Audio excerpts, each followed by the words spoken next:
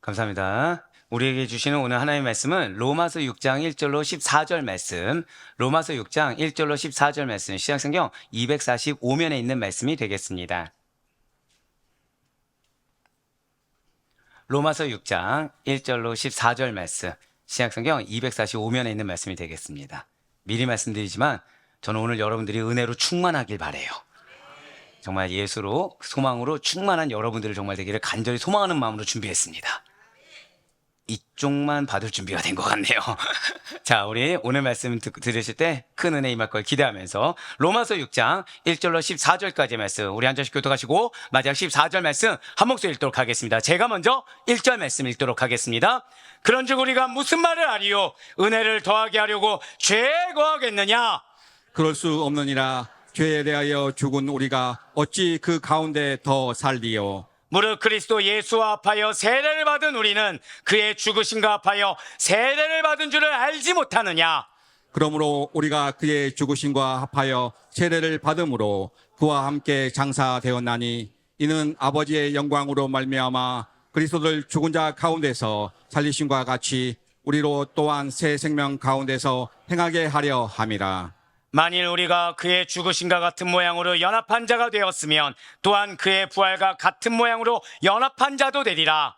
우리가 알거니와 우리의 옛사람이 예수와 함께 십자가에 못 박힌 것은 죄의 몸이 죽어 다시는 우리가 죄에게 종노릇 하지 아니하려 함이니 이는 죽은 자가 죄에서 벗어나 의롭다 하심을 얻었음이라. 만일 우리가 그리스도와 함께 죽었으면 또한 그와 함께 살 줄을 믿노니 이는 그리스도께서 죽은 자 가운데서 살아나셨음에 다시 죽지 아니하시고 사망이 다시 그를 주장하지 못할 줄을 알미로라.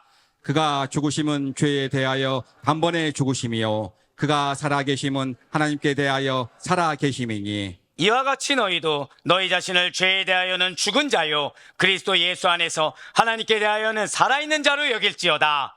그러므로 너희는 죄가 너희 죽을 몸을 지배하지 못하게 하여 몸의 사욕에 순종하지 말고 또한 너희 지체를 불의의 무기로 죄에게 내주지 말고 오직 너희 자신을 죽은 자 가운데서 다시 살아난 자 같이 하나님께 드리며 너희 지체를 의의 무기로 하나님께 드리라.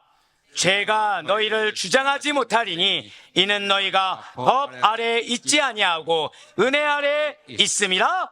아멘. 할렐루야. 네, 주께서 너무나 잘하시는 우리 아레포교회 성도 여러분들을 주님의 환영하고 축복합니다. 별로 축복이 안 되는 것 같은데요. 자, 어떻게 여러분들 추석 명절 잘 보내셨습니까? 정말 못 보내셨군요. 자, 우리 옆에 있는 분한테 이렇게 인사하실게요. 하나님께서 기다리고 계셨습니다. 자, 한 번 더 인사하실 때 하나님께서 당신을 너무 사랑하십니다. 자, 좀 크게 하셔야 될 거예요. 이번 거는 그 하나님께서 지금 은혜를 부어주길 원하십니다. 예, 정말 믿으셨으면 좋겠어요. 자, 제 목소리가 지금 까랑까랑합니까? 쉬어 있습니까? 거짓말쟁이들. 까랑까랑하면서 쉬어 있죠. 네, 왜겠습니까? 새벽에 불을 짓게 하시는 거예요. 아멘이라고요. 누구십니까? 예, 아니 정말 여러분들을 하나님께서 이렇게 회복 주길 원하시더라고요. 예, 이제서야 아멘이 크게 나오기 시작했어요. 여러분들에게 하나님께서는 힘을 주길 원하시고 여러분에게 은혜를 주셔서 고백하실게요. 나의 삶에 은혜를 주길 원하십니다. 맞아요. 진실로 정말 여러분들 은혜 받길 원하십니까? 우리가 고백한 대로 나를 향한 하나님의 사랑을 정말 체감하며 살기를 원하십니까? 그것을 반드시 기억하시길 바라요. 저와 여러분은 이미 고백하실게요. 나는 거룩한 하나님의 백성입니다. 바로 그거예요. 우리는 칭의함을 받은 거룩한 하나님의 백성이라는 사실을 잊지 말아야 됩니다. 그렇기 때문에 우리는 과거의 시간에 멈춘 자들이 아니라는 거예요. 현재 나를 향한 하나님의 사랑을 경험하는 자들입니다. 현재 나에게 무엇을 주고 계시다고요? 하나님의 사랑을 주고 계시다는 거예요. 현재 나를 향한 은혜를 체감하며 지금 현재 나에게 무엇을 주고 계시다고요? 은혜를 주고 계시다는 거죠. 그걸 체감함으로 감사함으로 하나님께 영광 돌리는 자가 우리라는 거예요. 그래서 우리는 과거에 머물러서 이 향수에 젖느라 현재를 놓쳐서는 안 됩니다. 옛삶의 유혹에 이끌려서 현재 내가 마땅히 누려야 될 것을 누리지 못한 채 다른 걸로 채우고 있어서는 안 된다라는 거죠. 사실 누구나 지나간 시간, 익숙했던 사람, 한때 우리를 감쌌던 그 공간들을 떠올리며 이 마음이 흔들릴 수는 있어요. 왜요? 현재가 힘들거든요. 왜요? 현재 내 육신이 힘듭니다. 내 환경이 여의치 않습니다. 내 뜻대로 되는 부분이 없는 것 같아요. 말씀을 믿고 믿음으로 나아가지만 여전히 내 눈에 뭐가 보이죠? 난관이 보여요. 어려움이 보여요. 괴로움이 보입니다. 그러다 보니 마음이 흔들릴 수는 있어요. 하지만 그럼에도 불구하고 우린 그래서는 안 된다는 거예요. 지금 현재가 어렵다고 과거를 그리워한다든지, 현재가 어렵다고 과거를 미워해서 그랬으면 어땠을까 후회한다든지, 현재가 어렵다고 해서 이전의 것을 돌아보서는 안 된다는 거죠. 왜입니까? 우리의 정체성은 믿음 안에서 옛사람을 벗어버리고 믿음 안에서 새 사람을 입은 존재로 부름받은, 우리 한번 더 고백하실까요? 나를 하나님께서 부르셨습니다. 바로 그러한 하나님의 백성이기 때문이라는 거예요. 정확히 말씀드릴까요? 어제보다 나은 오늘을 주고 계십니다. 오늘보다 더 나은 소망을 이루신 하나님이 미래에, 내일에, 아니 정확히는 몇 분 뒤, 1시간 뒤에 하나님이신 줄 믿으시길 바라요. 그럼에도 불구하고 죄는 여전히 우리 곁에서 달콤하게 속삭인다는 거예요. 과거를 미화시키며 그 삶으로 돌아가라고 유혹한다는 거죠. 그러나 이러한 유혹에 미끄러지는 자가 저와 여러분이 아니에요. 우리는 더 이상 죄의 지배 아래 있지 아니하고 은혜 아래에서 고백하실게요. 나는 소망을 이루며 살아갑니다. 그런 자가 우리라는 거예요. 따라서 우리는 하나님의 생명과 모순되는 죄 속에, 자, 죄가 무엇과 모순된다고요? 하나님의 생명과. 여러분들 지난 한 주간 어떻게 막 힘이 넘치셨습니까? 아니면 지치셨습니까? 벌써 여자분들은 지쳤습니다. 남자분들은 네, 노코멘트 할게요. 지난 한 주간 막 은혜가 충만했습니까? 아니면은 이 마음 가운데 염려와 걱정이 가득 찼습니까? 지난 한 주간 하나님의 이루심에 대해서 기대감으로 충만했습니까? 아니면은 분명히 말씀 믿는다고 하지만 내 형편과 여건은 전혀 그렇게 보이지 않다 보니 그냥 나중으로 밀어놓고 그냥 하루하루 그저 그렇게 살아오셨습니까? 아니에요.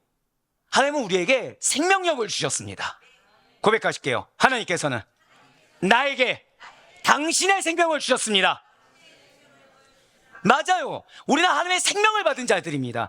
정확히는 예수 그리스도의 보혈의 공로에 힘입어서 그분의 생명으로 덧입어 살아가는 자들이 여러분과 저라는 거예요. 그렇기 때문에 우리는 하나님의 생명과는 모순되는 죄 속에 머물 수가 없다는 거죠. 은혜의 힘을 덧입은 성도에 합당하게, 한 번 더 고백하실까요? 나에게 은혜의 힘을 주셨습니다.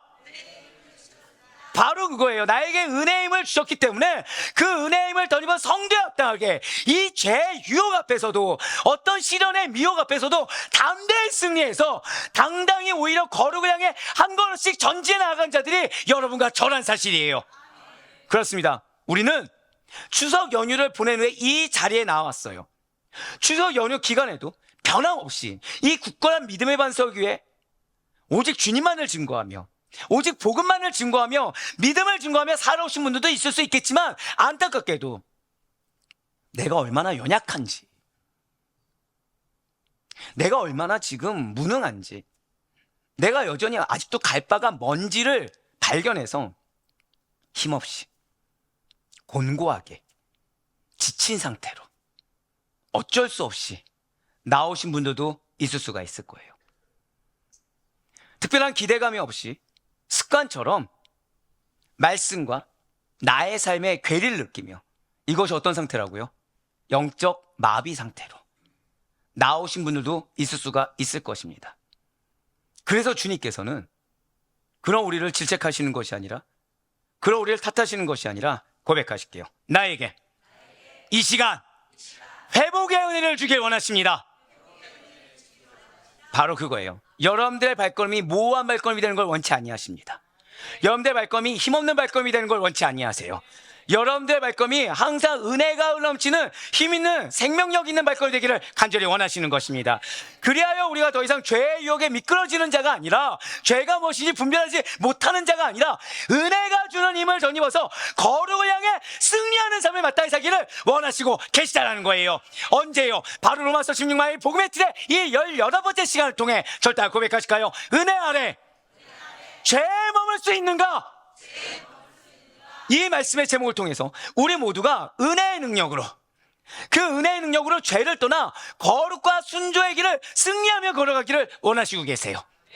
그래서 사랑하는 성도 여러분들, 부디 오늘 이 시간을 통해서 은혜를 값싼 것처럼 여기지 말고, 은혜를 제한적으로 여기지 말고, 왜곡해서 여기지 말고, 오히려 그 은혜의 힘으로 말미암아 더욱더 거룩하고 더욱더 경건한 삶을 세워가시며 그 증거의 삶으로 승리하며 나아갈 수 있는 우리 모두가 될 수 있기를 간절히 소망합니다.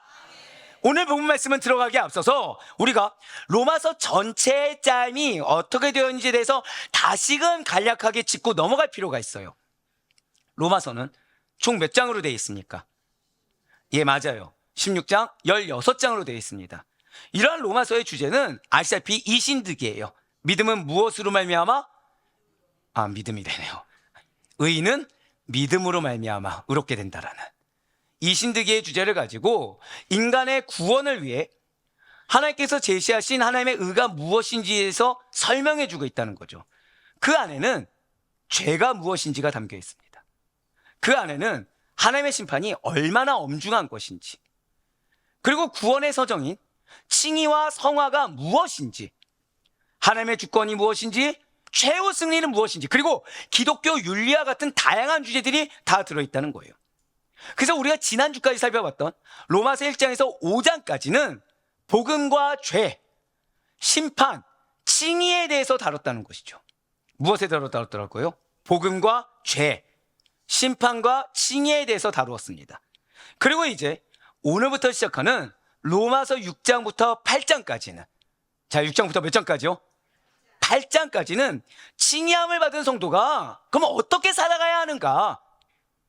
한번 저따가 고백하실게요. 성화의 문제. 바로 그거예요. 성화의 문제를 다루고 있어요. 성화의 문제가 무엇이라고요? 우리가 정말 구원을 받았다고 한다면 어떻게 살아가야 하는가? 우리가 의롭다 여김을 받았으면 어떻게 살아가야 하는가? 바로 그 문제를 다루고 있다는 거예요. 그래서 지금 사도 바울은 가장 먼저 우리들에게 도전을 주는 질문으로 시작하고 있습니다. 먼저 오늘 본문인 로마서 6장 1절과 2절 말씀을 보도록 하실게요. 그런즉 우리가 무슨 말을 하리요? 은혜를 더하게 하려고 죄에 거하겠느냐? 그럴 수 없느니라. 죄에 대하여 죽은 우리가 어찌 그 가운데 더 살리요? 아멘. 너희 칭의함을 받은 자들이요, 세상에서 구별되어 거룩하게 살아가는 성도요, 예수 그리스도의 보혈의 공로를 말미암아 구원받은 백성이요, 이제 너희는 더 이상 죄에 관한 삶을 살 수가 없노라 라고 사도 바울은 지금 말하고 있어요. 왜입니까? 은혜를 더하게 하려고 죄를 더 짓는다 라는 것이 궤변에 불과하기 때문이에요. 그렇기 때문에 죄에 대해 죽은 성도는, 즉 구원받은 성도는 마땅히 고백하실게요. 죄와는 상관없는 삶을 살아야 합니다. 지난 금철 때 제가 그런 말씀을 드렸어요. 금요철에 기도회 때 우리는 영향을 받는 자가 아니라 영향을 주는 자라는 말씀을 드렸습니다. 우리는 악한 영향력으로 인해, 죄의 영향력으로 해서 동일하게 내가 그 죄에 대해서 같이 죄를 짓고 살아가는 자들, 영향을 받아서 살아가고 마음이 이렇게 마음이 내몰린 자들이 아니라, 마음이 빼앗긴 자들이 아니라, 우리는 오히려 변화시키는 자, 영향을 끼치는 자, 이루는 자라고 우리는 말씀을 드렸어요. 마찬가지라는 거죠. 우리는 이미 죄에 대해서 죽은 자이기 때문에 죄의 영향을 받는 자들이 아닙니다. 한 번 더 고백하실게요. 나는 죄와는 상관이 없습니다. 바로 그러한 삶이 우리의 삶이라는 거예요. 오히려 죄의 영역 안에 거하는 자들이 우리로 말미암아 변화되게끔 부름받은 자들이 우리라는 거예요. 그런데 때로 우리도 죄의 유혹을 받죠. 그런데 이 유혹을 분별하냐? 아니요. 이 유혹에 대해서 사랑이라는 이름으로, 은혜라는 이름으로 합리화한다는 거예요. 나의 욕심을 건드린 죄인데 사실은 뭐예요? 탐욕이죠. 탐욕인데 이거를 은혜라는 이름으로 포장을 한다는 거예요. 이걸 사명이라는 이름으로 포장한다는 거죠.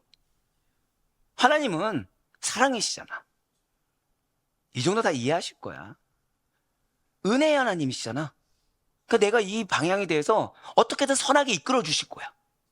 모든 것을 아시는 하나님이니까 내 마음 아시고 내 상황도 아시니까 이 순간 용서하시고 이 정도 괜찮게 여겨주시면 궁극적으로 때가 되면 나도 이끄실 거고, 때가 되면 이루실 거고, 때가 되면 변화시켜 주실 거야. 포장을 한다는 거예요. 지금 내가 해야 될 책임은 밀어가면서, 내가 하는 욕심은 인정해가면서, 이걸 뭘로 포장해서요? 사랑으로, 은혜로, 비전으로 포장해가면서 하나님을 내 임의대로, 내 기준에 맞춰서 끌어내린다는 거죠. 하지만 사랑하는 성도 여러분들, 잊지 마시길 바라요. 은혜라는 것은 죄를 포장하는 포장지가 아니에요. 저렇게 말씀드릴까요? 죄를 감추는 포장지가 아닙니다. 은혜는 오히려 죄를 벗기고 새 생명을 입히는 하나님의 능력입니다. 그러니까 우리가 은혜 받기 전에 하나님 무엇을 드러나게 하세요? 내 죄를 드러나게 하시는 거예요. 하나님께서 나에게 새 생명을 주시기 전에 무엇을 먼저 발견하게 하신다고요? 나의 죄부터 발견하게 하시는 거예요. 그러니까 나의 죄를 발견하게 하신 것을 인정하고 아멘 하는 자들은 은혜를 받는 거예요. 하지만 그것을 무시하는 자는 거짓 은혜에 헤매이다가 결국에는 내가 여러 군데 열심히 사역을 하고 행했다고 하지만 다시 그 제자리에 맴도는 이유가 사실은 포장해버렸기 때문에, 내 죄를 포장해버렸기 때문에. 그러니까 나는 지금 가나안에 도착하는 것이 아니라 계속 어디만 맴돌고 있습니까? 불순종의 죄로 말미암아 광야만 돌고 있다는 거죠. 맞습니다. 은혜는 죄를 벗기웁니다. 은혜는 새 생명을 입히는 하나님의 능력입니다. 은혜는 여러분과 저로 하여금 거룩을 향해 나아가게 하는 능동적인 힘에 바로 은혜임을 믿으시길 바래요. 그렇기 때문에 칭의로 의롭다 하심을 받은 성도는 반드시 거룩을 향해 나아가는 성화의 길을 걸어가야만 한다는 것이죠. 언제요? 바로 지금. 반드시 잊지 마시길 바래요. 칭의의 은혜라는 것은, 즉 내가 하나님을 믿는 믿음으로 구원받았습니다 라는 것은 단지 하나님 앞에서 의롭다고 인정받는 법적 선언으로 끝나는 것이 결코 아니에요. 고백하실게요. 칭의는 이어져야 합니다. 자, 무엇으로 이어져야 될까요? 칭의는 실제로 의롭게 살아가도록. 그래서 오세훈 목사님도, 교수님도 말씀하셨죠. 믿음은 무엇이 돼야 된다? 삶의 실제가 돼야 된다는 거예요. 맞습니다. 모든 목회자들이 왜 그렇게 말씀할까요? 그게 칭의예요. 한 번 더 고백하실까요? 믿음은 실제가 되어야 합니다. 바로 그거예요. 칭의는 실제로 그렇게 살아가도록 우리를 이끄는 성화의 삶으로 이어져 가야 된다는 것이죠. 한번 생각해 보세요. 적금 대출을 받은 고객이 있습니다. 단번에 모든 빚을 갚을 수 있습니까? 없습니까? 없겠죠, 당연히. 그는 약속한 대로, 자, 무엇한 대로요? 대출을 받을 때 약속한 대로 매달 성실하게 원금과 이자를 갚아나가야 합니다. 그러다가 때가 이름에 마침내 모든 빚을 청산하게 된다는 것이죠. 모든 빚을 청산하기 위해서 어떤 과정을 거쳐야 돼요? 매달 성실하게 약속을 지켜야 된다는 거예요. 한번 고백하실까요? 매 순간 성실하게 약속을 지켜야 합니다. 그래야 모든 빚을 청산할 날이 오게 되는 겁니다. 근데 만약에 매 순간 성실하게 약속을 지키지 않으면 그날은 오게 됩니까? 계속 미뤄지게 됩니까? 문제는 미뤄지기라도 하면 다행이죠. 중간에 징계가 오면 어떡합니까? 예, 맞아요. 마찬가지로 평생 사랑하고 아끼겠다고 서약한 신랑 신부가 있다고 생각해 보세요. 그 약속이 저절로 지켜집니까? 그 약속이 가만히 있어도 지켜지는 것이 아니라는 것을 서로가 너무 잘 알아요. 한 번만 사랑하면 되는 것도 아니라는 사실을 너무 잘 압니다. 신랑 신부가 결혼식에 서약한 것은 어느 기간까지요? 평생 서로를 이해하고 그 과정이 어떠하더라도 인내하며 무엇을 놓치지 말아야 돼요? 사랑함을 놓치지 말아야 돼요. 사랑의 대상을 놓치지 말아야 됩니다. 사랑의 방향성을 놓쳐서는 안 돼요. 그 사랑을 위해서 내가 이해하려고 해야 되고 내가 인내해야 되며 때로는 희생과 눈물로 상대의 눈물과 인내까지도 알아주며 그 사역을 지켜가야 되는 것입니다. 이와 같이 우리가 칭의의 은혜를 받았다, 내가 구원받았다 라는 것은 우리 삶 속에서 약속을 지켜야 되는 것을 의미해요. 성실하게 약속을 지켜야 되는 것을 의미해요. 그 약속이 무엇입니까? 고백하실게요. 나는 반드시 거룩함으로 나아가야 합니다. 바로 그거예요. 우리의 삶 속에서 반드시 성화로 이어져야 된다. 그냥 나 믿었으니까 됐다고 치부하고 사는 것이 아니라, 내 입장에서 내 기준에 합당하게 사는 것이 아니라 하나님의 말씀 가운데, 그 약속 가운데 그 약속을 성실하게 이행하면서 성화로 이어져야 된다. 이것이 무엇이라고요? 내가 구원받았다, 칭의의 은혜를 받았다는 것을 의미한다는 것이죠. 하나님께서 의롭다 하신 그 말씀을 반드시 믿음으로 받아들이고 매일의 순종과 거룩함 속에서 그분의 거룩함을 닮아가는 것, 고백하실게요. 나는 매일 그분의 거룩함을 닮아가야 합니다. 그것이 바로 성화의 과정이에요. 그래서 사랑하는 성도 여러분들, 여러분과 저의 정체성을 잊지 마시길 바라요.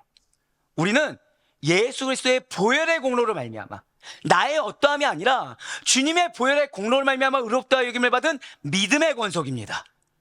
자, 사람의 권속이요? 돈의 권속이요? 명예의 권속이요? 아니요, 우리는 어떤 권속이라고요? 믿음의 권속이에요.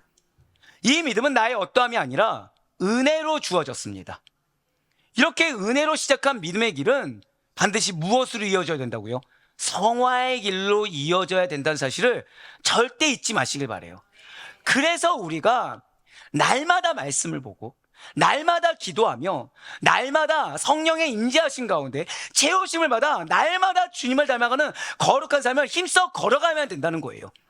우리가 날마다 왜 새벽에 깨워야 됩니까? 왜 날마다 예배 자리를 지켜야 됩니까? 왜 날마다 나의 삶 가운데 말씀을 실천해야 됩니까? 그게 우리의 삶이에요. 언제부터요? 칭의함을 받은 그 순간부터. 언제부터요? 구원받은 그 순간부터. 결국 내가 구원받았다는 증명이 무엇이라고요? 나의 삶은 거룩한 삶입니다. 나는 예수님을 닮아가는 삶을 살고 있습니다. 나는 성화의 과정을 걷고 있습니다. 그걸 나의 삶으로 증명해야 된다는 것이죠. 이제 사도 바울은 이렇게 칭의함을 받은 성도가 더 이상 죄에 머물 수 없다, 너희는 성화의 과정을 마땅히 걸어가야 된다라고 하면서 그 이유가 무엇인지에 대해서 이제는 설명해 주고 있습니다. 왜 죄에 머물 수가 없다는 것일까요? 성도는 그리스도와 연합한 세례를 통해 죄에 대해서 죽었고 의에 대해서 다시 살아났기 때문이라는 거예요. 여러분들 때로 삶을 살아가다 보면 나 정말 이거 죽겠다, 힘들다, 마음 둘 곳 없다, 괴롭다, 그런 적 있습니까? 없습니까? 있죠. 지금 그 상황에 살아날 방법을 얘기해 준 거예요. 우리는 어디에서 살았다고요? 고백하실게요. 나는 의에 대해 살았습니다. 그러니까 내가 살아나는 것은 내가 무엇을 붙잡아야 돼요? 의를 붙잡아야 돼요. 의가 누구입니까? 예수 그리스도죠. 의에 대해 살아났다는 것이 무엇일까요? 죄에 대해서 이미 죽은 자가 어떻게 죄와 못하며 살아갈 수가 있냐는 거예요. 오늘 본문인 로마서 6장 3절부터 7절까지의 말씀이 의에 대해 사는 것이 무엇인지, 죄에 대해서 어떻게 우리가 죄와 못하며 살 수가 없는지에 대해서 매우 명확하게 설명해 주고 있습니다. 3절부터 7절까지의 말씀입니다. 무릇 그리스도 예수와 합하여 세례를 받은 우리는 그의 죽으심과 합하여 세례를 받은 줄을 알지 못하느냐? 그러므로 우리가 그의 죽으심과 합하여 세례를 받음으로 그와 함께 장사되었나니 이는 아버지의 영광으로 말미암아 그리스도를 죽은 자 가운데서 살리신과 같이 우리도 또한 새 생명 가운데서 행하게 하려 함이라. 만일 우리가 그의 죽으심과 같은 모양으로 연합한 자가 되었으면 또한 그의 부활과 같은 모양으로 연합한 자도 되리라. 우리가 알거니와 우리의 옛사람이 예수와 함께 십자가에 못 박힌 것은 죄의 몸이 죽어 다시는 우리가 죄에게 종노릇하지 아니하려 함이니 이는 죽은 자가 죄에서 벗어나 의롭다 하심을 얻었습니다. 아멘.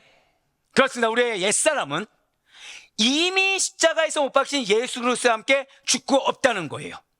여기서 지금 6절에 붉은색으로 표현된 옛사람은 무엇이냐? 원죄와 죄의 지배 아래 있던, 고백하실게요, 인간 존재 전체. 인간 존재 전체라는 거예요. 어떤 영역이 있으니까 전체입니까? 전체예요. 뭐 70%다, 80%다 하느님 100% 전체입니다. 그렇습니다. 우리가 세례를 받기 전에는 100% 죄의 권세와 죄의 지배 아래 있는 상태였어요. 분명 마음으로는 선을 원할 수 있습니다. 마음으로는 착해가 대하고 싶고, 좋게 대하고 싶고, 좋은 것만 보고 싶고, 좋은 것만 이루고 싶고, 잘해주고 싶고, 섬기고 싶고, 마음으로는 선을 원할 수 있어요. 언제 상태에서도 100% 죄의 지배 아래 있더라도, 죄의 권세에 있더라도. 근데 문제가 있죠. 육체가 악한 거예요. 좋게 말하면 육체의 그 연약한 성향 때문에, 아니 사실은 육체의 그 완악한 성향 때문에 죄의 욕망과 습관에서 벗어나질 못한다는 거죠. 그러니까 마음과 몸이 같습니까? 다릅니까? 다르게 움직여질 수밖에 없다는 거예요. 왜요? 죄가 왕노릇하는 우리의 과거는 100% 죄의 노예요. 죄의 종이기 때문에 죄가 시키는 대로 할 뿐 그 죄를 거부하지 못하고 산다는 거죠. 자, 제가 방금 뭐라 말씀드렸습니까? 내가 의지가 그쪽으로 가지 않아도 거부할 수 있다 없다? 없다는 거예요. 그래 우리가 때로 분명히 말씀은 하는데 죄를 지을 때가 있습니까? 없습니까? 있죠. 우리 그때 보통 뭐라 얘기합니까? 예, 내가 너무 연약해서, 내가 믿음이 너무 좋지가 않아서, 내가 이렇게 결단으로 나아가려고 하는데 누가 나를 긁어서, 나는 그렇게 핑계대지만 사실 그건 뭐예요? 하나님, 나 여전히 죄를 거부하지 못하네요. 하나님, 나 여전히 이 죄를 거부하지 못하고 끌려가고 있네요. 하나님, 나를 기껏 구원해 주셨는데 나는 의의 끌림을 받는 것이 아니라 뭐의 끌림 받고 있어요? 죄의 끌림을 받아 그냥 나는 내어 맡기고 가고 있군요. 내 스스로가 하나님께 징계받을 말을 하고 있는 거예요. 고작 무슨 말로? 내가 연약해서, 누구 때문에? 핑계로. 그래서 항상 드릴 말씀이 있지 않습니까? 핑계가 나를 책임질 수 있다 없다? 없다는 거예요. 내 감정이 나를 책임질 수 있다? 없다는 거예요. 왜요? 죄를 거부하지 못하다 보니 이 감정이 죄의 소욕에 따라 흘러가는 것을 내가 분별하지 않고 그 말 몇 마디에 나를 내어 맡겨버렸기 때문이라는 거죠. 우리의 몸을 죄에 내맡겨진 채로 살고 있었던 상태가 바로 옛사람이라는 것입니다. 이러한 죄의 형벌의 대가는 우리 힘으로는 도저히 죄의 굴레에서 벗어나지 못하는 불의한 삶이에요. 의도적으로 죄를 고집하는 살뿐이라는 거죠. 자, 무엇을 고집한다고요? 죄를 고집하는 거예요. 꺾이지가 않습니다. 고집을 부려요. 산성도분들 잊지 마시길 바라요. 여러분들이 누군가를 전도하려고 합니다. 고집을 부리는 분들이 있습니까? 없습니까? 그거에 대해서 이상하게 여기지 마세요. 그런 상태라서 전도의 마음을 주신 거예요. 왜 마음이 열리지 않지? 아니요. 고집스러운 상태. 근데 무엇에 고집스러운 상태? 고백하실게요. 죄를 고집하는 삶. 바로 그거예요. 죄를 고집하는 삶이기 때문에 우리를 부르신 겁니다.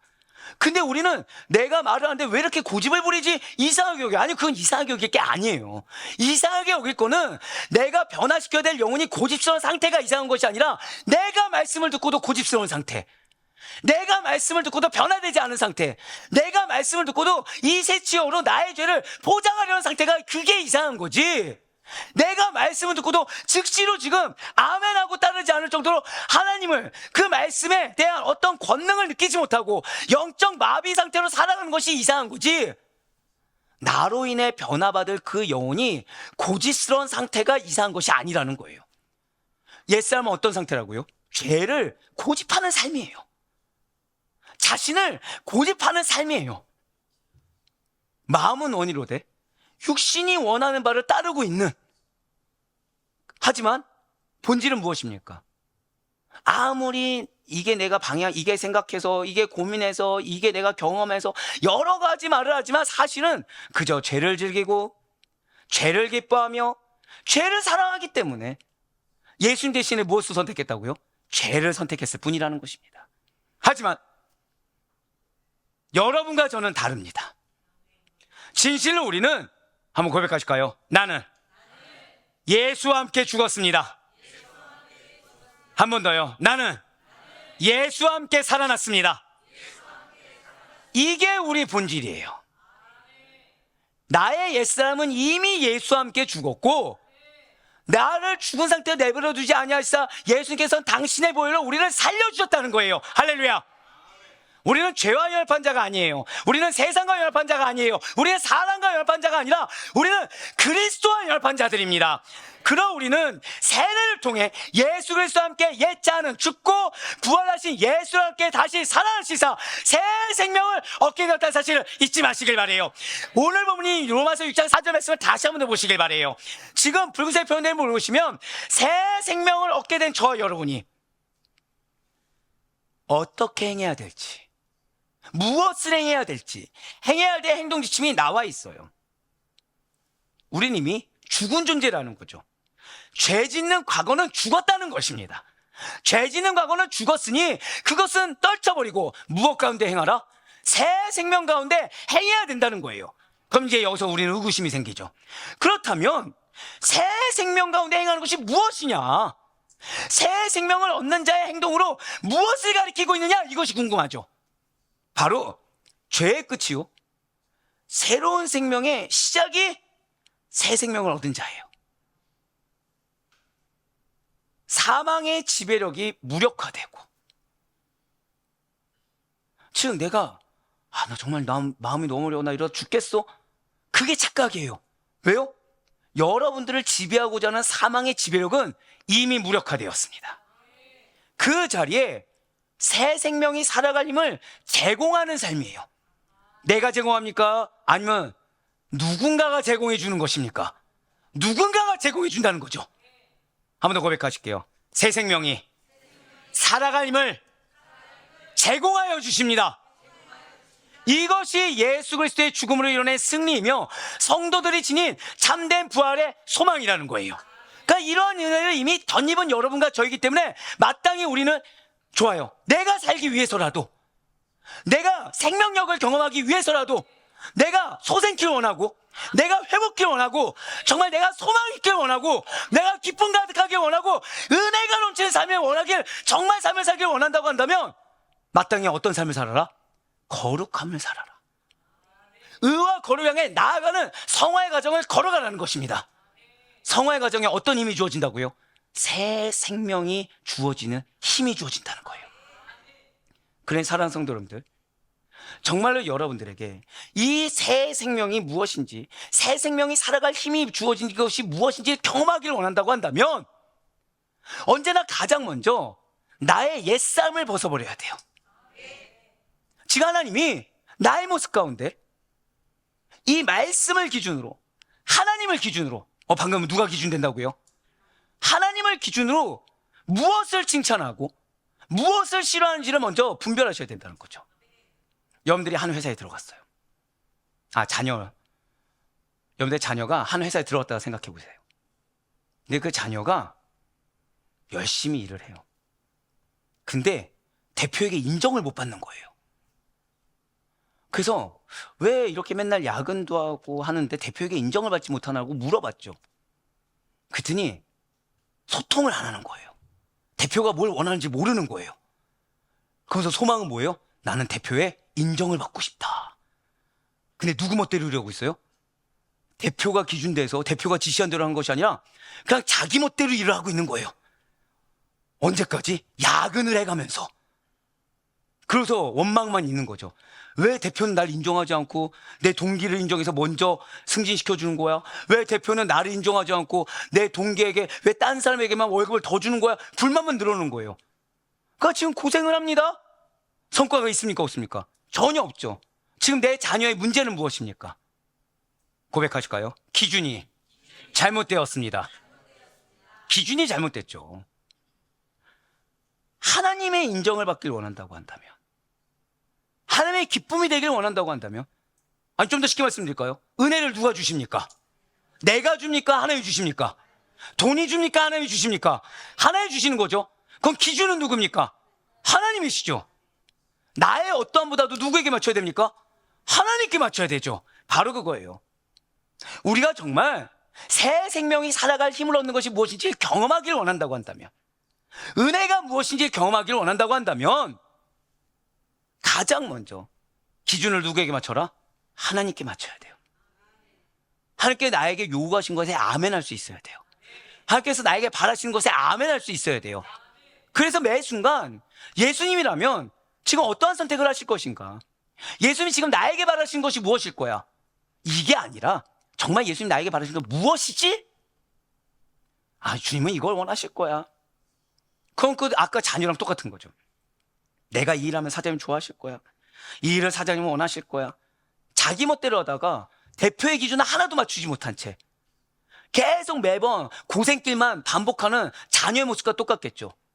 치부해버려서는 안 돼요. 내가 함부로 판단해서는 안 돼요. 주신 말씀 그대로 행해야 됩니다. 이것이 과도하게 느껴진다고 하더라도, 내가 억울하다고 하더라도, 너무 오랜 기간이라고 하더라도 우리는 하나님을 신뢰하는 자들이지 나를 신뢰하는 자가 아니에요. 하나님을 신뢰한다고 한다면 하나님의 말씀에는 이유가 있고, 한 번 더 고백하실게요. 반드시 열매의 때가 있습니다. 그거를 믿고 그 기준에 합당하게 행해야 되는 것입니다. 지금 방금 뭐라 말씀드렸어요? 기준에 합당하게 무엇을 해야 된다? 고백하실게요. 내가 행해야 합니다. 바로 그거예요. 진실로 우리는 단순히 죄를 피하는 것에 그쳐서는 안 됩니다. 진실로 우리는 단순히 멈춰있는 것에 그쳐서도 안 돼요. 적극적으로 의로운 행동을 선택해야 돼요. 자발적으로 선택해야 되고 주체적으로 선택해야 되는 것입니다. 억지로 이끌림 받는 것이 아니라 말씀을 들었다고 한다면, 성령님께서 나에게 말하셨다고 한다면 누가 해야 된다고요? 내가 적극적으로, 내가 주체적으로, 내가 자발적으로 무엇을 선택하라? 하나님 기준에 합당한 의로운 행동을 선택해야 돼요. 혹시 직장이나 사업장에서 그런 부당한 이익을 취할 기회가 생겼을 때 어떻게 해야 됩니까? 딱 아는 거죠. 이건 공정하지 않다. 근데 이익이 되는 거예요. 1번, 결단해야 된다. 2번, 취하고 헌금하면 된다. 정답은? 정직한 여러분들을 사랑합니다. 결단해야 돼요. 불의한 돈을 받으십니까? 안 받으십니까? 안 받으세요. 나는 이미 그리스도 안에서 새 사람이기 때문에 정직하게 행하겠다라고 결단해야 되는 거예요. 그렇다면 가정에서 분노가 치밀어 올 때 어떻게 해야 됩니까? 갑자기 눈이 초롱초롱해지셨네요. 분노가 치밀어 오를 때 정리한다고요? 역시 마찬가지로 맞습니다. 나는 근데 그냥 인내하시면 안 돼요. 그냥 인내하면 앙심을 품게 됩니다. 그냥 인내하면 끝까지 우리는 기억하게 돼요. 고백하실게요. 새 생명 안에서. 이거예요. 나는 새 생명 안에서 인내와 사랑을 선택하겠다. 자, 새 생명 안에서 인내와 뭘 선택하는 거예요? 사랑이에요. 사랑을 행하는 겁니다. 그래서 의식적으로 행동하는 절대 고백하실게요. 실천적 복음의 삶. 그걸 살아내는 거예요. 내가 결단함으로 마음에 분노가 치밀어 오르지만 지금 이 순간에 예수님은 나에게 무엇을 원하실까? 정말 주님께서 바라시는 나의 행동과 마음가짐의 기준은 무엇인가? 그 질문 가운데 인내 너무 좋습니다. 근데 어디 안에서? 새 생명 안에서. 빚진 자 안에서. 왜요? 그 뜻이 무엇이죠? 주님은 나보다 더한 인내를 하셨거든요. 나는 이 감정의 소용돌이 안에 인내하는 것만 해도 큰 사랑이라 생각하겠지만 주님의 인내에 비하면 그건 사랑이라 할 수가 없겠죠. 그 새 생명 안에서 인내하고 나의 언행은 무엇이 나야 된다? 사랑이 나와야 돼요. 그렇게 누구 앞에 증거하는 거예요? 주님 앞에 실천적 복음의 삶을 내가 살고 있습니다라고 증언해서 기쁨이 돼야 돼요. 그럼 SNS나 어떠한 인간의 소식을 통해서 비교의식과 질투로 인해 내 마음이 흔들릴 때는 어떻게 해야 됩니까? 좀 더 쉽게 말씀드릴까요?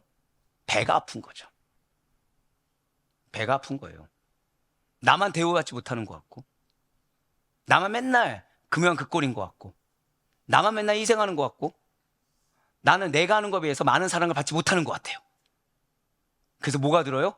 비교의식과 질투가 생길 때, 그래서 내 마음이 사실은 흔들릴 때 어떻게 해야 됩니까?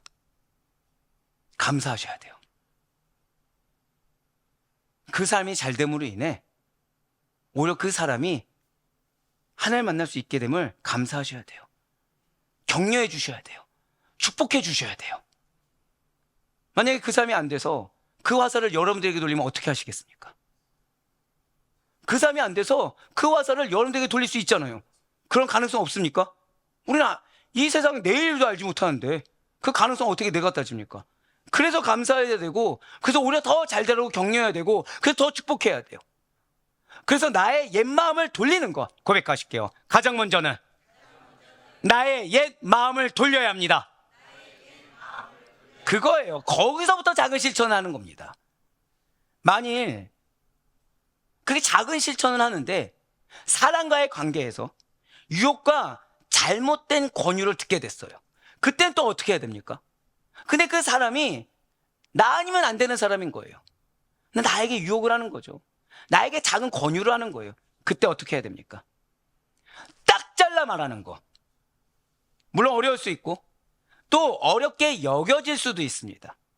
하지만 설령 그렇다고 할지라도 여러분들은 고백하실게요. 나는 그리스도의 형상을 지녔습니다. 이걸 잊으면 안 돼요. 사람의 어떠한 인정보다 무엇이 더 중요하죠? 그리스도가 더 중요해요. 사람의 어떠한 말과 계산보다 그리스도의 말씀이 더 중요합니다. 보통 공동체에 문제가 생기는 경우는 대표적으로 어떠한 인간의 관계에 기인했을 때 문제가 생깁니다. 하지만 정해진 룰대로 한다고 한다면 거의 대다수는 큰 문제가 발생하지 않아요. 사소한 문제는 발생할 수 있죠. 하지만 큰 문제는 발생하지 않아요. 맞습니다. 우리는 하물며 세상에서도 그러할진데 나는 지금 누구의 형상을 지녔다고요? 그리스도의 형상을 지닌 자이기 때문에 우리는 단호하게 거절하고 올바른 길을 선택할 수 있어야 합니다. 그런 나를 통해 다른 이들이 바른 길의 기준이 무엇인지를 알 수 있어야 된다는 거예요. 분명 사도 바울은 우리에게 이렇게 권면하였습니다. 골로새 3장 9절과 10절 말씀, 그리고 고린도서 3장 17절 말씀을 같이 보도록 하실게요. 너희가 서로 거짓말을 하지 말라.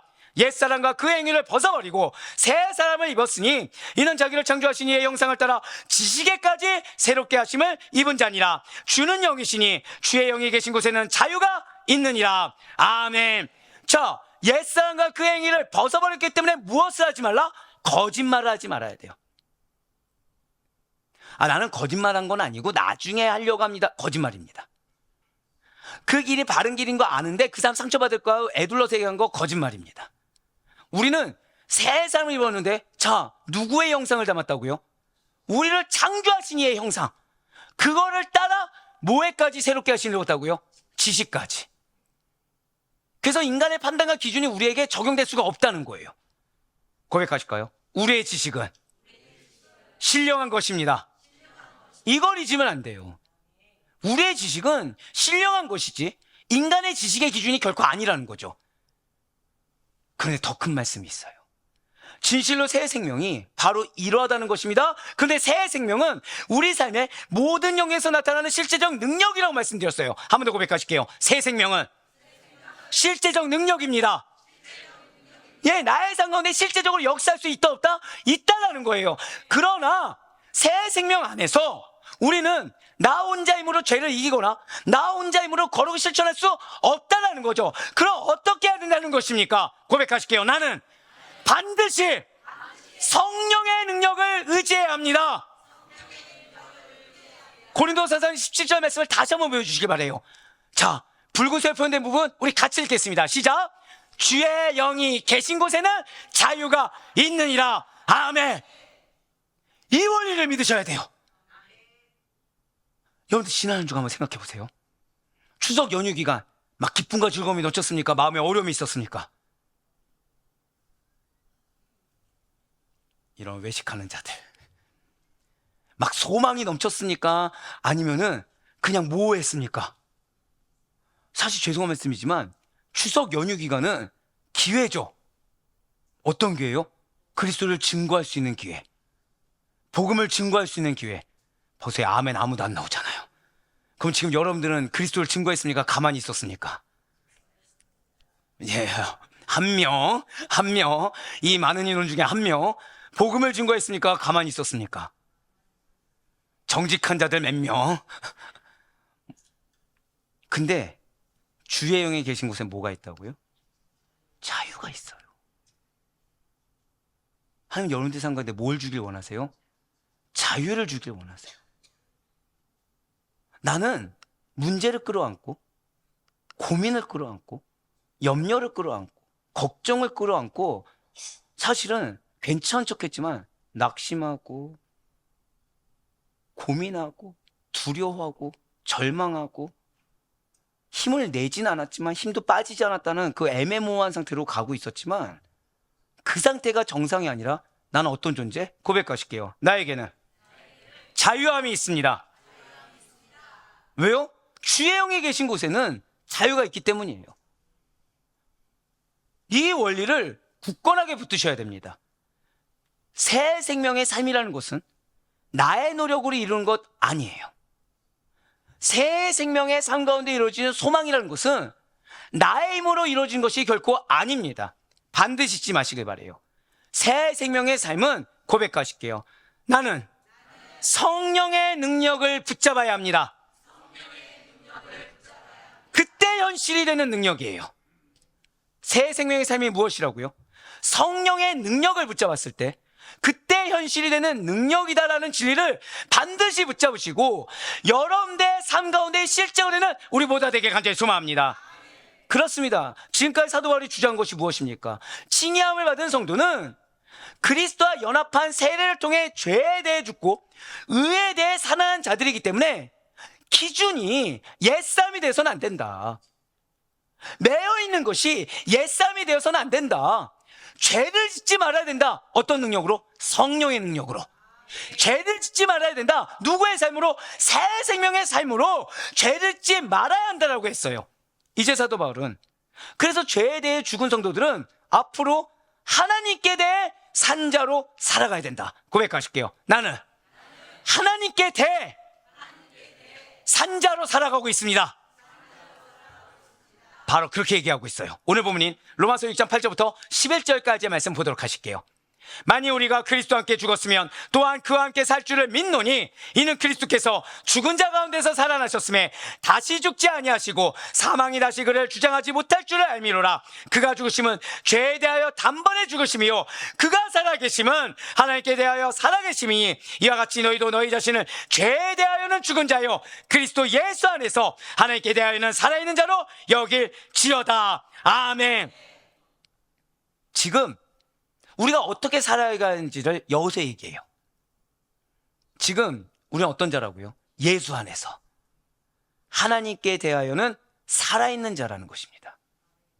그럼 이게 무슨 말씀입니까? 그럼 우리는 어떻게 살라고 이 말씀을 주신 것입니까?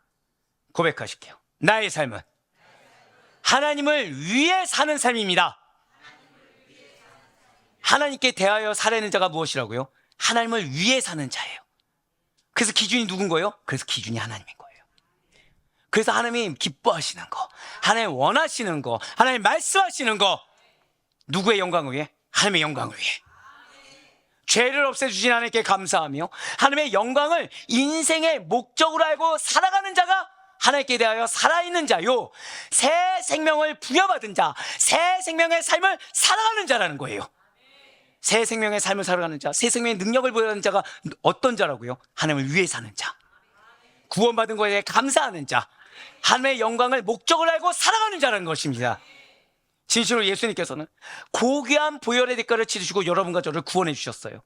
그렇게 죄의 권세에서 자유함을 얻게 해주신 그 덕분에 여러분과 저는 예수님을 믿고 성령의 인도함을 받아 성령의 능력을 힘입어 거룩과 의를 추구하는 성화의 과정을 걸어갈 수가 있게 되었습니다. 거꾸로 말씀드릴까요? 성화의 과정은 무엇을 추구한다고요? 거룩과 의를 추구해요. 근데 그렇게 거룩과 의를 추구하는 것은 누구의 인도를 받아야 된다고요? 성령의 인도를 받아야 돼요. 누구의 능력을 받아야 된다고요? 성령의 능력을 받아야 돼요. 근데 그 인도함을 받고 능력을 받기 위해서 무엇을 믿으라? 나를 믿으라? 돈을 믿으라? 명예를 믿으라? 아니요. 고백하실게요. 오직 예수 그리스도, 그거예요. 이전에 나의 욕심과 정욕, 이기심과 쾌락을 이루게 한 삶을 과감하게 버리고 기준이 누구라고요? 하나님이 기준 되시기 때문에 하나님께서 기뻐하시고 하나님께서 인정하시는 삶을 목표로 삼고 살아갈 수가 있다는 것입니다. 그럼에도 불구하고 이렇게 말씀하심에도 불구하고 여전히 어떠한 변화가 없이 불의와 죄악이 법타는 세상을, 여전히 나의 어떠함을 하나님보다 더 원하고 있다. 말로는 아니라고 했지만 우선순위가 나의 어떠함, 현실의 어떠함, 세상의 어떠함을 삼고 살아가고 있다고 한다면 이것은 그리스도의 보혈을 모독하는 방탕한 짓이요 교만한 행동입니다. 사랑하는 성도 여러분들, 잊지 마시길 바라요. 예수님의 보혈은 나의 방탕함을 위해, 나의 교만함을 위해, 나의 기만을 위해 십자가에서 올려주신 것이 결코 아닙니다. 세례를 통해 그리스도의 부활에 참여한 여러분과 저는 소망을 정말 하늘의 것에 두지 않고 내가 사실은 땅에 매여 있다. 솔직히 인간의 것에 매여 있다, 세상의 것에 매여 있다라고 한다고 한다면 이것은 이 땅에서 내가 나그네로서 살아가는 자가 아니라 이 땅에서 이 땅의 주인인 것처럼 살아가는 자들에 불과하다는 것입니다. 그래서 사도 베드로는 베드로전서 1장 17절 말씀을 통해서 저와 여러분에게 이렇게 권면하고 있어요. 외모로 보시지 않고 각 사람의 행위대로 심판하신 이를 너희가 아버지라 부른즉 너희가 나그네로 있을 때를 두려움으로 지내라. 아멘. 분홍색 표현된 물에 주시기 바라요. 나그네로 있는 바로 지금, 즉 이 땅에서의 삶을 어떻게 지내야 된다고요? 두려움으로 지내야 돼요. 반드시 잊지 마시길 바라요. 나그네로 살아간다는 것은, 고백하실까요? 나에게는 반드시 돌아가야 할 본향이 있습니다. 그 말과 같아요. 우리가 나그네로 살아간다는 것은 나에게는 돌아갈 곳이 있다는 의미랑 똑같습니다.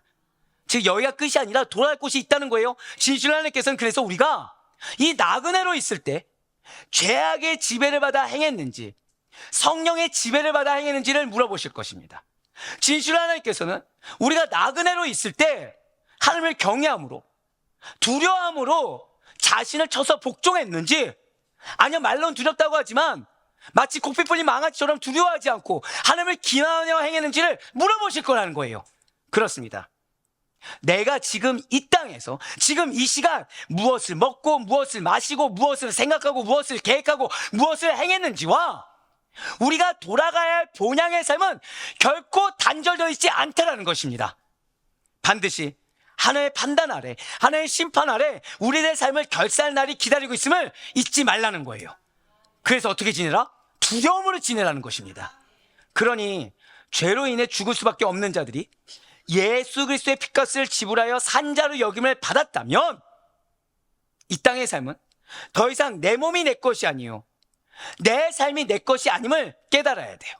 그래서 사도 바울이 이렇게 선포하고 있는 것입니다. 이어서 오늘 본문 로마서 6장 12절부터 14절까지의 말씀을 보도록 하시겠습니다. 그러므로 너희는 죄가 너희 죽을 몸을 지배하지 못하게 하여 몸의 사욕에 순종하지 말고 또한 너희 지체를 불의의 무기로 죄에게 내주지 말고 오직 너희 자신을 죽은 자 가운데서 다시 살아난 자 같이 하나님께 드리며 너희 지체를 의의 무기로 하나님께 드리라. 죄가 너희를 주장하지 못하리니 이는 너희가 법 아래에 있지 아니하고 은혜 아래에 있음이라. 아멘. 혹시 우리 중에 육신의 사욕에, 인간의 감정의 사욕에 순종하며 사시는 분들이 계십니까? 혹시 우리 중에 나의 몸을 이런저런 핑계로 포장은 했지만 사실은 불의의 무기로 내어주신 분이 계십니까? 절대 안 돼요. 절대로 단 한 명도 우리 성도님들 가운데서는, 연약한 중에 양들 가운데서는 마치 땅에 떨어진 자처럼 이러한 자들이 존재해서는 안 된다는 거예요. 진실로 우리는 말씀에 순종하고 우리의 몸을 거룩한 산 제물로 드리는 자들입니다. 믿으십니까? 진실로 우리는 지금 13절이 이미 말씀하고 있는 것처럼 14절 13절이 계속해서 이야기하고 있는 것처럼 더 이상 죄가 주장하지 못하도록 율법이 아닌 은혜의 법 아래에 있다는 것을, 진리의 말씀에 붙들려 살아가는 삶 그 이상도 이하도 아니라는 것을 증명하는 자들이라는 거예요. 나 거룩해질 거야. 나는 지금은 이러지만 이때가 되면 이렇게 할 거야. 나는 결단했어 라고 아무리 내가 선포하고 아무리 내가 나름 내 마음을 부여잡는다고 하더라도 죄송하지만 나의 입술, 나의 짧은 생각 몇 가지 이거 가지고는 거룩에 이를 수가 없습니다. 우리가 배운 교리와 신학적 지식을 이해하고 이전보다 오늘 좀 더 말씀을 많이 깨달았다고 하더라도 곧바로 성화의 삶을 성공적으로 살아냈다는 말과는 결코 동의어가 될 수가 없다라는 거예요. 절대 잊지 마시길 바라요. 거룩의 주체는 인간의 생각이 아닙니다. 거룩의 주체는 인간의 의지가 아닙니다. 거룩의 주체는 고백하실게요. 하나님의 말씀의 능력. 하나님의 말씀의 능력이에요.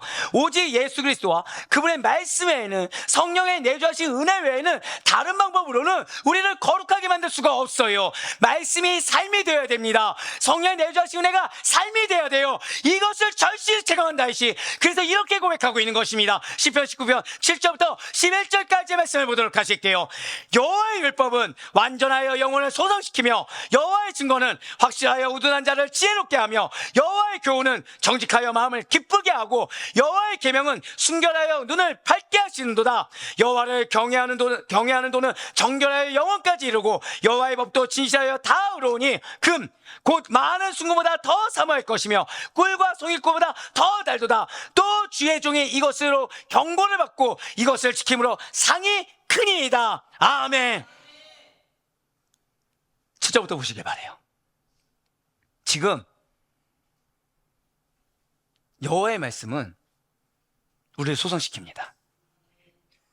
여호와의 말씀은 우리를 지혜롭게 합니다. 여호와의 말씀은 우리의 마음을 기쁘게 해요. 말씀은 내가 보지 못한 것을 깨닫게 하십니다. 말씀은 우리를 정결하게 하고 말씀은 우리를 의롭게 해요. 근데 거꾸로 말씀드릴까요?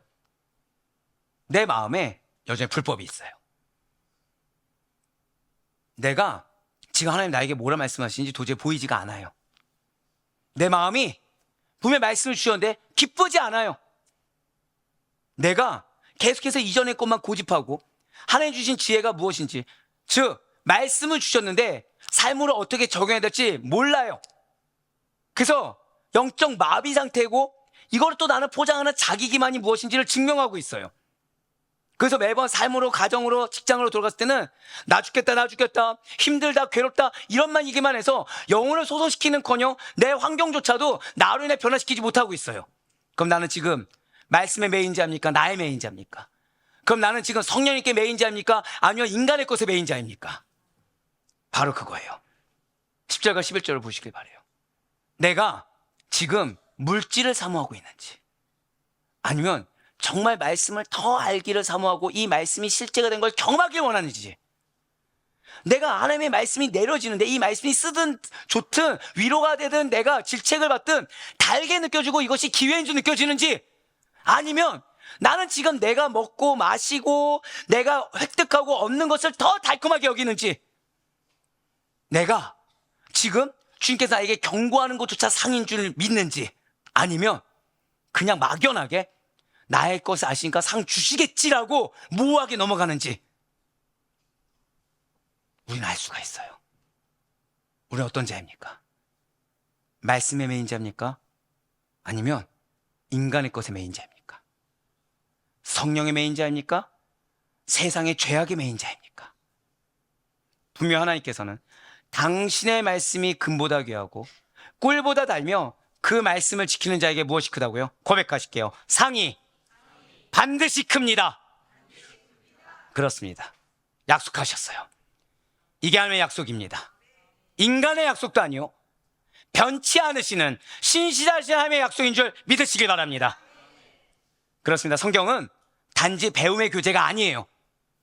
그것은 성도를 온전하게 하는 생명의 통로이며, 말씀이 무엇이라고요? 나를 온전하게 하는 생명의 통로이며 모든 선한 일을 행할 힘의 원천이 되십니다. 이 세상 어디에도 이 성경을 대신할 명확한 진리는 존재하지 않아요. 오직 말씀만이 우리의 영혼을 튼튼하게 하고, 오직 말씀에 대한 순종만이, 고백하실게요, 나의 순종이 나의 삶을 윤택하게 만듭니다. 바로 그렇게 하는 하늘의 양식이 된다는 사실을 잊지 마시길 바래요. 사로의 모든 아데포의 성도 여러분들, 오늘 제목인 은혜 아래 더 이상 죄에 머물 수 없다라는 것은 진리예요. 여러분들 위해 무엇이 있다고요? 은혜가 있어요. 한번 생각해 보시길 바래요. 여러분들이 군대 갔다 온 자녀가 있다 생각해 보세요. 군대 갔다 온 자녀에게 집에 상을 차려놨어요. 잔치상을 차려놨어요. 근데 밖에 비가 오는 거죠. 군인은 우산이 있습니까? 없습니까? 없습니다. 네. 판초이라는 것이 있지 우산이 없어요. 비를 쫄딱 맞고 온 거죠. 자녀가.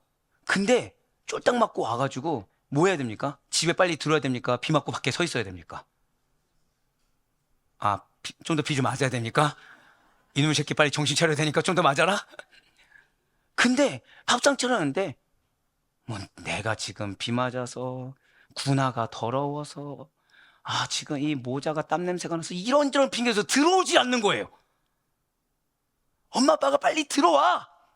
여기 밥상이 있고 여기 따뜻한 집이 있고 여기 옷이 마련돼 있어. 들어와 하는데 이 핑계 저 핑계 되면서 들어가지 않고 나 엄마 아빠 자녀니까 난 들어간 걸로 여길게요 이러고 있어요. 내가 여기 서 있는 것만도 어머니 아버지 기쁘시잖아요. 그래서 거기서 4박 5일 휴가를 다 보내고 돌아왔다 생각해 보세요. 뭐라 하시겠습니까? 현명하다. 야, 너가 내 마음을 그렇게 알았구나. 나 청소하는 게 싫어서 너가 안 들어와줬구나. 나 빨래하는 거 빨랫감 주기 싫어서 나에게 부담 주지 않으려고 밖에서 고생마다 들어왔구나. 그렇게 하시겠습니까? 이 어리석은 자야 하시겠습니까? 은혜 아래 계세요. 죄의 비 맞지 마시고 인간의 비 맞지 마시고 세상 탐욕비 맞지 마시고 말씀의 그늘 안에 들어오세요. 성령의 그늘 안에 들어오세요. 이 진리는 은혜 아래 우리가 더 이상 죄에 머물 수 없다라는 이 진리는 저와 여러분이 어디에 속했는지 우리의 정체성을 알게 해주는 진리의 말씀입니다. 그래서 우리는 칭의함을 받은 성도예요. 그럼 우리의 기준은 나라고 했습니까? 하나님이라고 했습니까? 맞아요. 이제 그 말씀이 무엇이냐?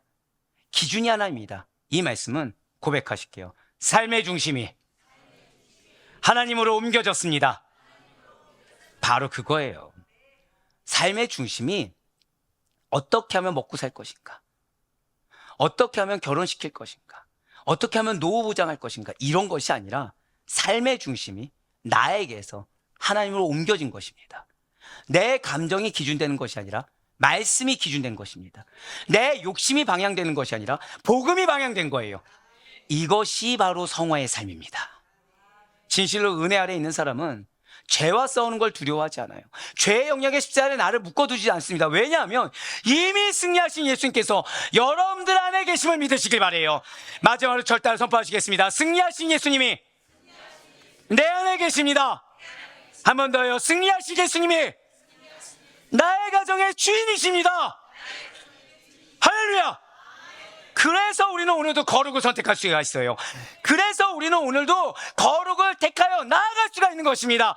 완벽해서가 아니에요. 은혜가 여전히 우리를 붙드는 줄 알고 믿고 있고, 그 은혜가 나의 어떠함이 아니라 주의 보혈의 공로를 말미암아 성령의 능력으로 말미암아 말씀의 능력으로 말미암아 이루어 주실 것을 믿기 때문인 것입니다. 그의 바로 끊었기는 이렇게 나를 붙드시는 이 은혜 아래 오직 진리 되신 예수님만이 우리를 다스려 주시기를, 그 말씀만이 나를 충분하게 채우시기를, 성령님만이 나를 가득 채워주시기를 바라고 기대하고 확신하며 주신 말씀 앞에 마지막 절단 고백하실게요. 아멘. 아멘으로 순종하여 실제 삶이 되는 거룩함으로 늘 항상 하나님의 기쁨이 되고 하나님께 영광이 되는 우리 모두의 삶이 될 수 있기를 주님의 이름으로 간절히 축원합니다.